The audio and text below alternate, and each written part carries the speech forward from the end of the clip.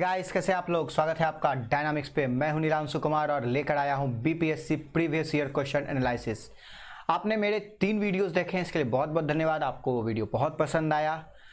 आगे भी मैं इसी तरह वीडियो ला रहा हूं। तो अभी तक हमने 64 क्वेश्चंस को डिस्कस कर रखा है। आज के वीडियो में हम इसी तरह 22 से 23 क्वेश्चन को हम डिस्कस करेंगे और इस सीरीज में हम पूरी 170 क्वेश्चन जो कि आज तक भारतीय राज्य व्यवस्था में पूछे गए उन सबका डिस्कशन करेंगे। तो आपको बहुत कुछ जानने को मिलेगा। तो चलिए इस वीडियो की शुरुआत करते हैं। उसके पहले मैं बता दूं, अगर आप मुझसे जुड़ना चाहते हैं और वीडियो की पीडीएफ चाहते हैं तो टेलीग्राम पर नीलांशु सर सर्च करें और वहाँ मुझे ज्वाइन कर सकते हैं। वहाँ मेरी फोटो आपको लगी हुई मिलेगी। तो आज के वीडियो का पहला सवाल है, वीडियो को पूरा देखें, बहुत कुछ जानने को मिलेगा। तो चलिए शुरुआत करते हैं। रिवीजन भी होगा जो पढ़ लिए हैं उनका, और जो नहीं पढ़े हैं उनको नई चीजें जानने को मिलेगी। मैं पूरी कंसेप्ट की क्लैरिटी कराऊंगा। तो वीडियो की शुरुआत करते हैं। पहला सवाल, किसी राज्य की विधान परिषद का निर्माण या विघटन किसके द्वारा होता है।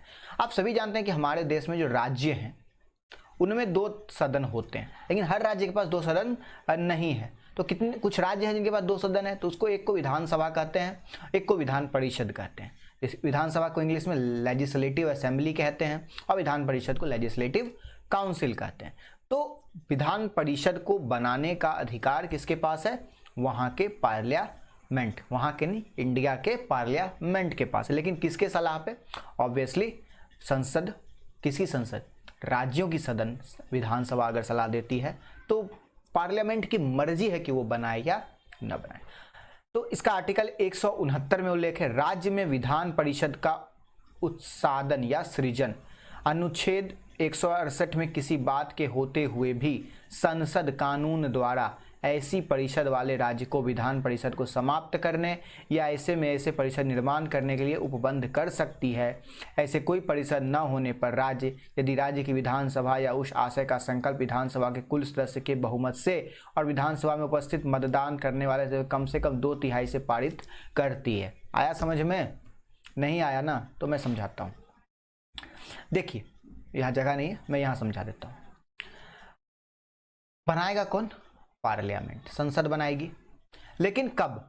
जब, यहां देखिए, majority of total membership and by majority of not 2/3, मतलब ये कि टोटल मेंबरशिप मान लीजिए किसी विधानसभा की 250 है तो इसका हाफ क्या होगा? 125। तो 125 तो वोट आने चाहिए, लेकिन जो प्रेजेंट हैं और वोट कर रहे हैं उनमें से भी 2/3, अगर मान लीजिए प्रेजेंट हैं 200, चलिए 180 ले लेते हैं, तो 3 6 80, तो 6 दूनी 12, 120 हो गया। अगर 120 वोट मिलता है तो क्या ये 125 के बराबर है? नहीं है। क्या 125 से ज़्यादा है? नहीं है। 125 से कम है। तो होना ये चाहिए कि जितने लोग उस समय विधानसभा में मौजूद हैं जब ये विधेयक पास होता है कि उस विधानसभा को एक विधान परिषद बनाना है। किसको? जिस राज्य के, मान लीजिए वेस्ट बंगाल। अब वेस्ट बंगाल आज के डेट में डिमांड किया कि हमको विधान परिषद चाहिए, तो वेस्ट बंगाल को अपने यहाँ जितने उसके विधायक हैं उस दिन उपस्थित, जिस दिन विधेयक पेश हुआ, उनमें से 2/3 का बहुमत होना चाहिए। और वो 2/3 अगर 125 से ज्यादा है, अगर उस सदन में 250 है तो ही वो वहां से पास होगा। वहां से पास होगा, जाएगा कहां? पार्लियामेंट के पास। वहां से पास होकर कहां जाएगा? पार्लियामेंट के पास। उसके पार्लियामेंट की मर्जी है तो वो पास करेगी, नहीं मर्जी है तो वो पास नहीं करेगी। और अगर पार्लियामेंट भी इस विधेयक को पास कर देती है तो वहां राज्य में विधान परिषद बन जाएगी। और एक बात मैं और आपको बता दूं, हमारे देश में अगर आज जनवरी 2020 की बात करें तो 6 राज्यों में विधान परिषद है, जिनमें आंध्र प्रदेश है, कर्नाटक है, तेलंगाना है, महाराष्ट्र है, बिहार है और उत्तर प्रदेश है। उसके अलावा कुछ राज्य हैं जो इसकी डिमांड करते हैं, लेकिन ये किसकी मर्जी पे है? पार्लियामेंट की मर्जी। 66वां सवाल, निम्नलिखित में से किस राज्य में विधान परिषद है? तो अभी आपने देखा कि बिहार में विधान परिषद है, केरल, हिमाचल और दिल्ली में विधान परिषद नहीं है। अगले सवाल की तरफ बढ़ते हैं। 67वां सवाल है, भारतीय संविधान के निम्नलिखित में से किस अनुच्छेद में किसी राज्य की विधानसभा की चुनावी प्रक्रिया है? मतलब विधानसभा है तो इलेक्शन भी होगा। तो इलेक्शन होगा तो किस तरीके से होगा, ये किस अनुच्छेद में लिखा है? तो ये लिखा है 170 अनुच्छेद में। चलिए हम सारे अनुच्छेदों को एक बार डिस्कस कर लें। तो 170 में विधानसभा की रचना और चुनाव के बारे में है। 176 में राज्यपाल का विशेष अभिभाषण। राज्यपाल कहाँ अभिभाषण देंगे? ऑब्वियसली विधानसभा में देंगे।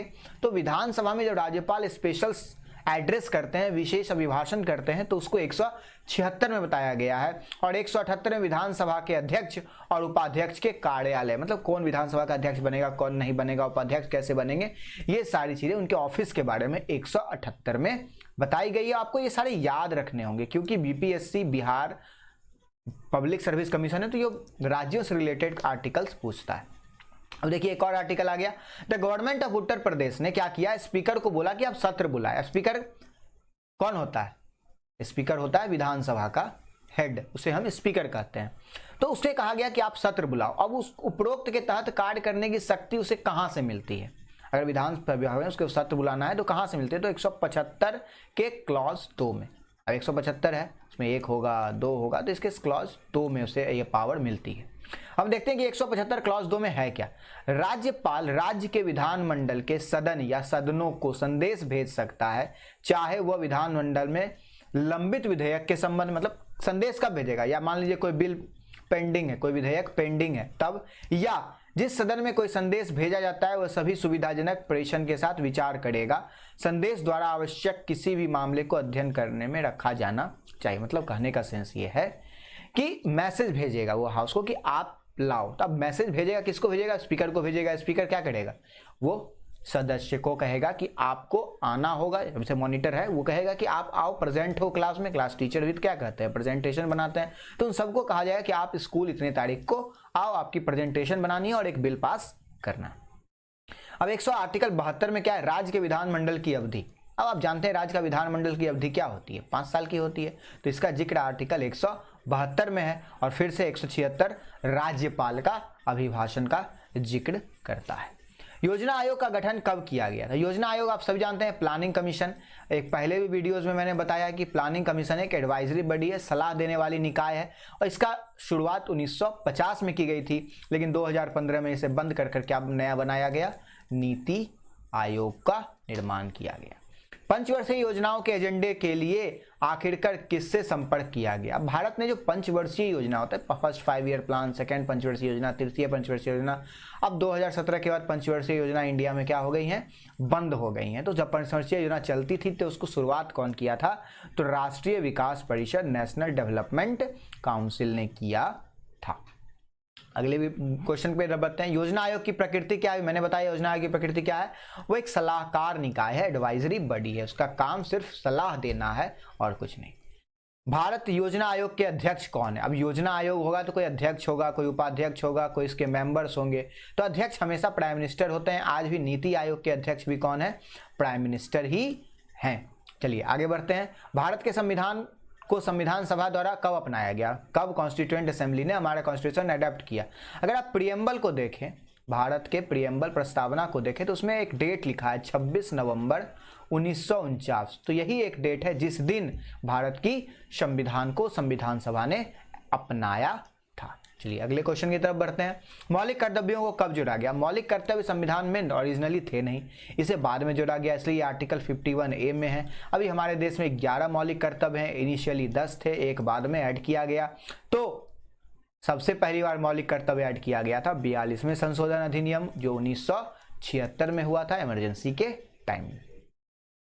केंद्रीय मंत्री परिषद का मंत्री किसे जिम्मेदार है। अब केंद्र में अगर मंत्री परिषद में कोई मंत्री है तो वो मंत्री क्यों है, क्योंकि उसकी पार्टी लोकसभा में बहुमत में है। अब वो पार्टी अगर लोकसभा में बहुमत में है तभी उसकी सरकार है। तो मंत्री जवाबदेह किसको होना चाहिए, ऑब्वियसली लोकसभा को होना चाहिए। तो किसी भी मंत्री को जवाबदेही लोकसभा में होती है। अगर राज्य में है तो विधानसभा के प्रति जवाबदेह होगा, चाहे प्राइम मिनिस्टर हो या चीफ मिनिस्टर हो। प्राइम मिनिस्टर कहाँ जवाबदेह होंगे, संसद में जवाबदेह होंगे, और मुख्यमंत्री विधान सभा में जवाबदेह होंगे।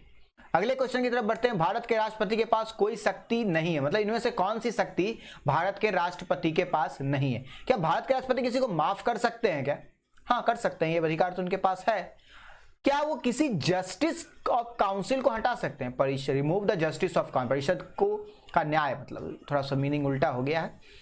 जस्टिस ऑफ काउंसिल मतलब कोई जो जज है उस काउंसिल का, उसको हटा सकते हैं, या आपातकाल की घोषणा कर सकते हैं, या अध्यादेश ला सकते हैं। तो अध्यादेश तो राष्ट्रपति ही लाएंगे, आपातकाल 352 में राष्ट्रपति ही करेंगे। माफ करने का अधिकार भी राष्ट्रपति के पास ही है। तो कौन सा काम राष्ट्रपति नहीं करते हैं, remove the justice of council. Rajya Sabha को अस्थायी सदन क्यों कहा जाता है? मैंने पहले भी बताया है कि राज्यसभा को अस्थायी सदन इसलिए कहा है, संविधान में ऐसा बोला गया है कि उसे डिसॉल्व नहीं कर सकते। अगर उसे हम डिसॉल्व नहीं कर सकते हैं तो वो क्या हो जाएगा? अस्थायी सदन हो जाएगा। भारत के संविधान के अनुसार राज्यों के विधानमंडल में क्या शामिल है? राज्य से हमने पढ़ा था पहले कि पार्लियामेंट में क्या क्या शामिल होता है?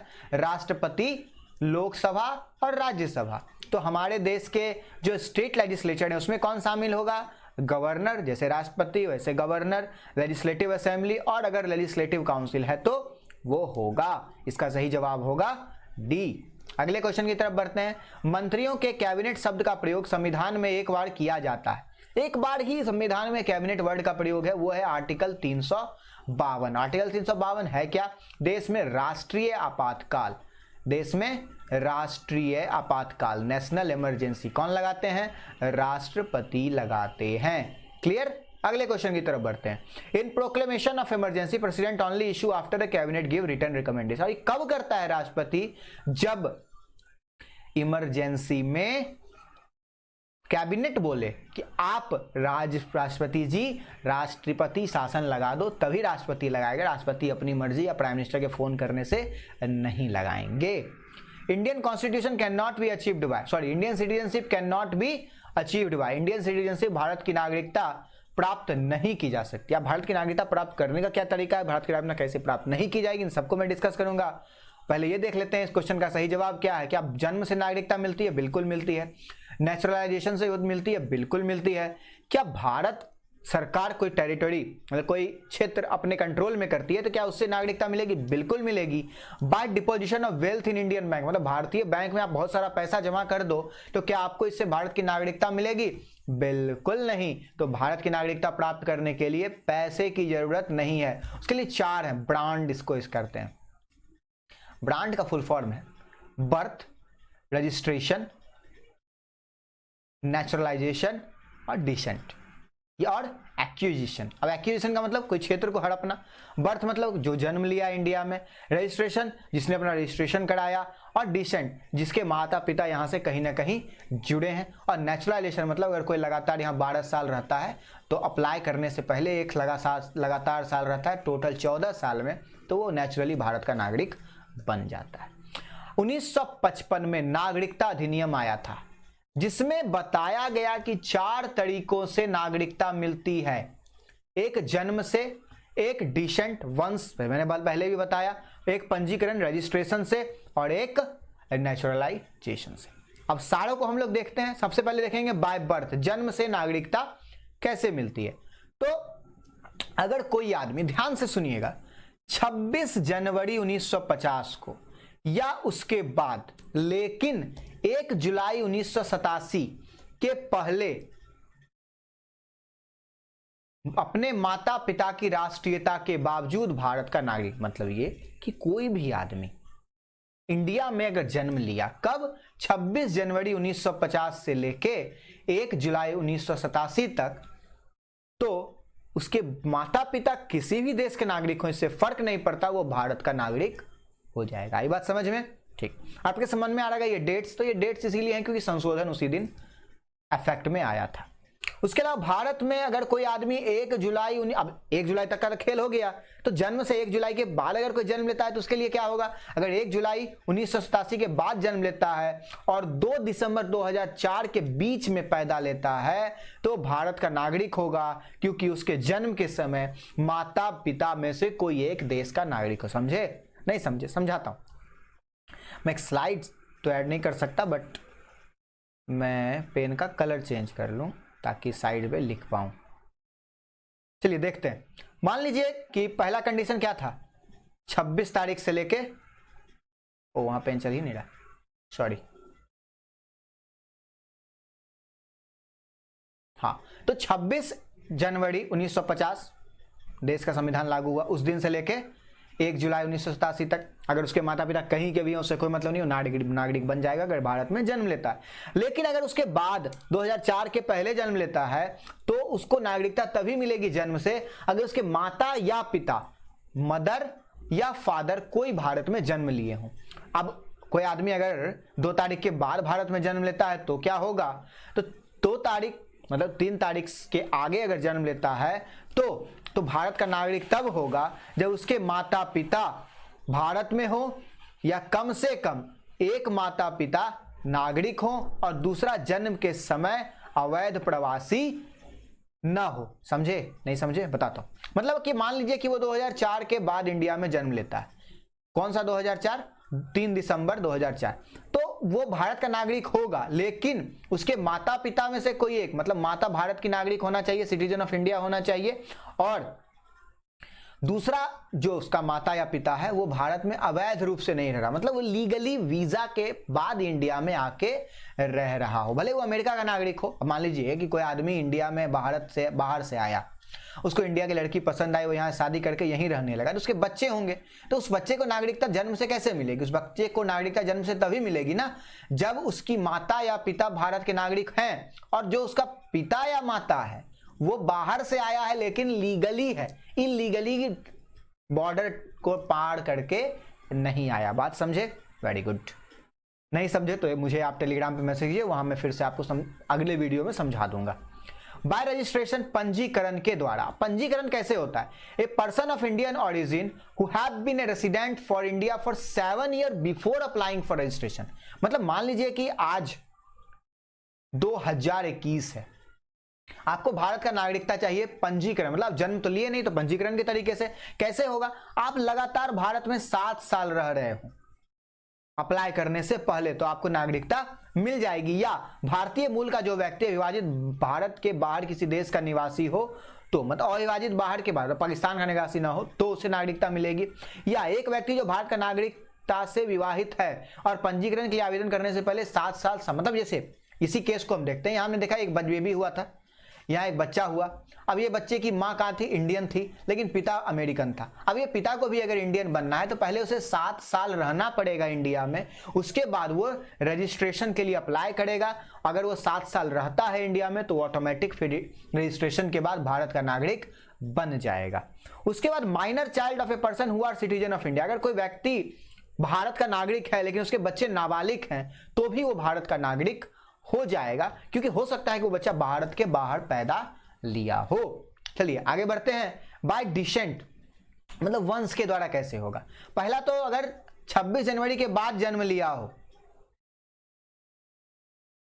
उसके बाद भारत के बाहर पैदा हुआ हो और उसके माता पिता में से एक कौन? पिता जन्म से भारत के नागरिक हो। मतलब ये क्या, मान लीजिए कि कोई आदमी पाकिस्तान जब बना तो चला गया होगा पाकिस्तान, अब वहां उसका कोई बच्चा जन्म लिया, लेकिन वो फिर इंडिया लौट के आ गया। अब इंडिया लौट के आया तो उसके बच्चे को नागरिकता कैसे मिलेगी? उसका पापा तो ऑलरेडी नागरिक है क्योंकि वो जन्म से भारत का नागरिक है, तो उसके नागरिकता मिलेगी क्योंकि उसका पिता जन्म से भारत का नागरिक है। ठीक। उसके बाद एक पर्सन अगर जन्म लेता है 10 दिसंबर 1992 को या उसके बाद भारत के बाहर, लेकिन 3 दिसंबर 2004 से पहले उसके माता पिता में से कोई भी भारत में जन्म लिया हो तो भारत का नागरिक है। अभी क्या था इसके पहले? सिर्फ पिता, लेकिन अब क्या है? माता पिता में से कोई एक। उसके अलावा अगर भारत के बाहर 3 दिसंबर के बाद पैदा होता है तो उसे नागरिकता हासिल करनी है तो माता पिता को यह घोषित करना होगा कि नाबालिग के पास दूसरे देश का पासपोर्ट नहीं है, अगर है तो उसे सरेंडर करके आना होगा। और मान लीजिए कि कोई आपका रिश्तेदार है वो अमेरिका में जन्म लिया, अब अमेरिका में जन्म लिया वो बच्चा तो वहां का नागरिक हो गया, लेकिन जब उसको भारत की नागरिकता दिलवानी है तो क्या करनी होगी?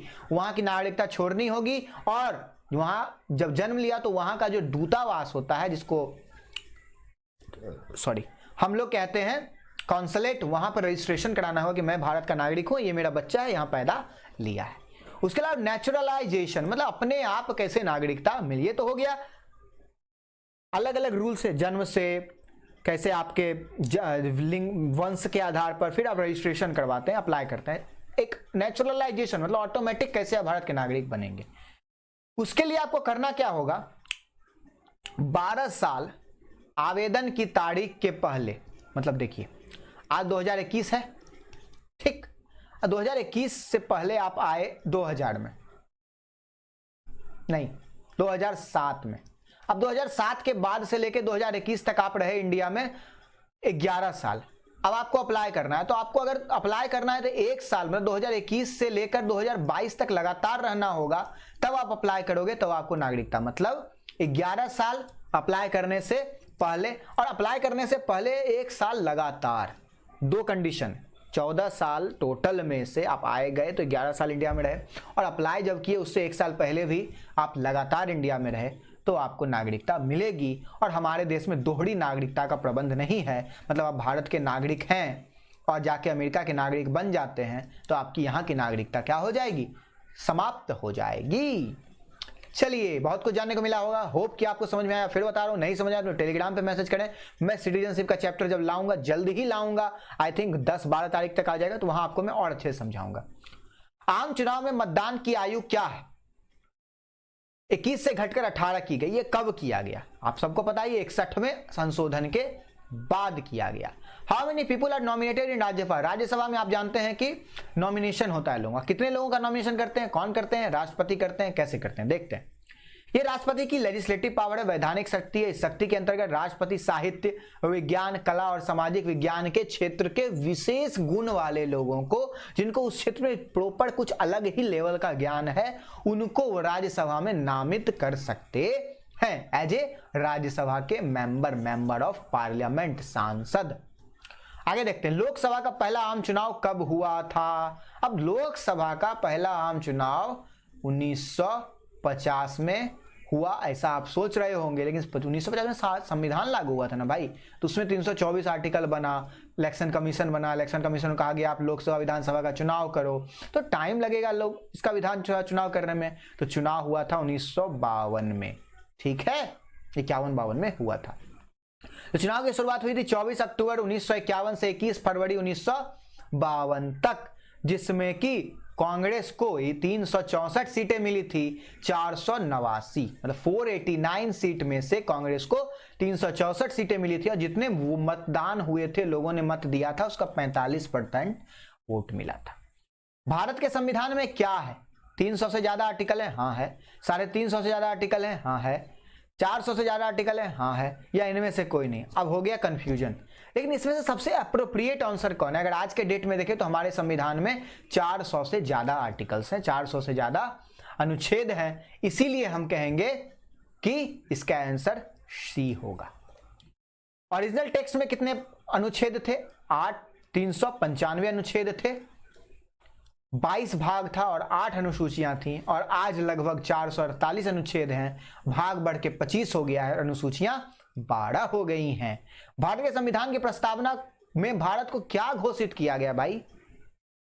भारत को संप्रभुता घोषित किया, बिल्कुल। लोकतांत्रिक, बिल्कुल। गणतंत्र, यह भी किया गया। समाजवादी, लोकतांत्रिक, गणतंत्र किया गया, लेकिन और भी कुछ किया गया ना, सारे कुछ देखेंगे। सोवरेंज भी है, संप्रभुता भी है, समाजवादी है, सोशलिस्ट भी है, धर्मनिरपेक्ष सेकुलर भी है, लोकतांत्रिक डेमोक्रेटिक भी है, और गणतंत्र रिपब्लिक भी है। अगर आप प्रियम्बल को देखेंगे, प्रस्तावना को देखें, तो इसी क्रम में सारों को लिखा गया है, SSDR, sovereign, socialist, secular, democratic, republic. चलिए ये देख लीजिए एक बार, ठीक है, आगे बढ़ते हैं। निम्नलिखित में से कौन मौलिक अधिकार नहीं है? अब मौलिक अधिकार फंडामेंटल राइट्स होते हैं, तो हमारे को संविधान ने फंडामेंटल राइट दिए हैं, जो आर्टिकल 12 से 35 के बीच में है। अब इस फंडामेंटल राइट में से कौन सा फंडामेंटल राइट अब हमारे पास नहीं है? क्या संवैधानिक उपचार का अधिकार हमारे पास नहीं है? हाँ है। क्या हमें शांतिपूर्ण सभा करने का अधिकार नहीं है? हाँ हमारे पास है। क्या हमें इंडिया में कहीं भी घूमने का अधिकार नहीं है? हाँ हमारे पास है। क्या हमें प्रॉपर्टी रखने का अधिकार है? नहीं। पहले हम संविधान में 7 मूल अधिकार थे, इसे घटाकर 1 घटा दिया गया, मतलब संपत्ति का अधिकार हमसे छीन लिया गया। संपत्ति हम रख सकते हैं, लेकिन वो हमारा फंडामेंटल राइट नहीं है, लीगल राइट, कॉन्स्टिट्यूशनल राइट, कुछ भी कहिए। तो राइट टू इक्वालिटी, समानता का अधिकार 14 से 18 के बीच में है। स्वतंत्रता का अधिकार 19 से 22 के बीच में है। शोषण के खिलाफ अधिकार 23 से 24 के बीच में है, और धर्म की स्वतंत्रता का अधिकार 25 से 28 के बीच में है। संस्कृति और शैक्षणिक अधिकार 29 से 30, और संवैधानिक उपचारों का अधिकार अनुच्छेद 32 में है। तो आज के वीडियो में इतना ही। होप कि आपको वीडियो पसंद आया, तो लाइक, कमेंट, शेयर सब करें वीडियो को, और ज़्यादा से ज़्यादा लोगों को शेयर करें, ताकि हमें भी और वीडियो बनाने में मजा आए। धन्यवाद।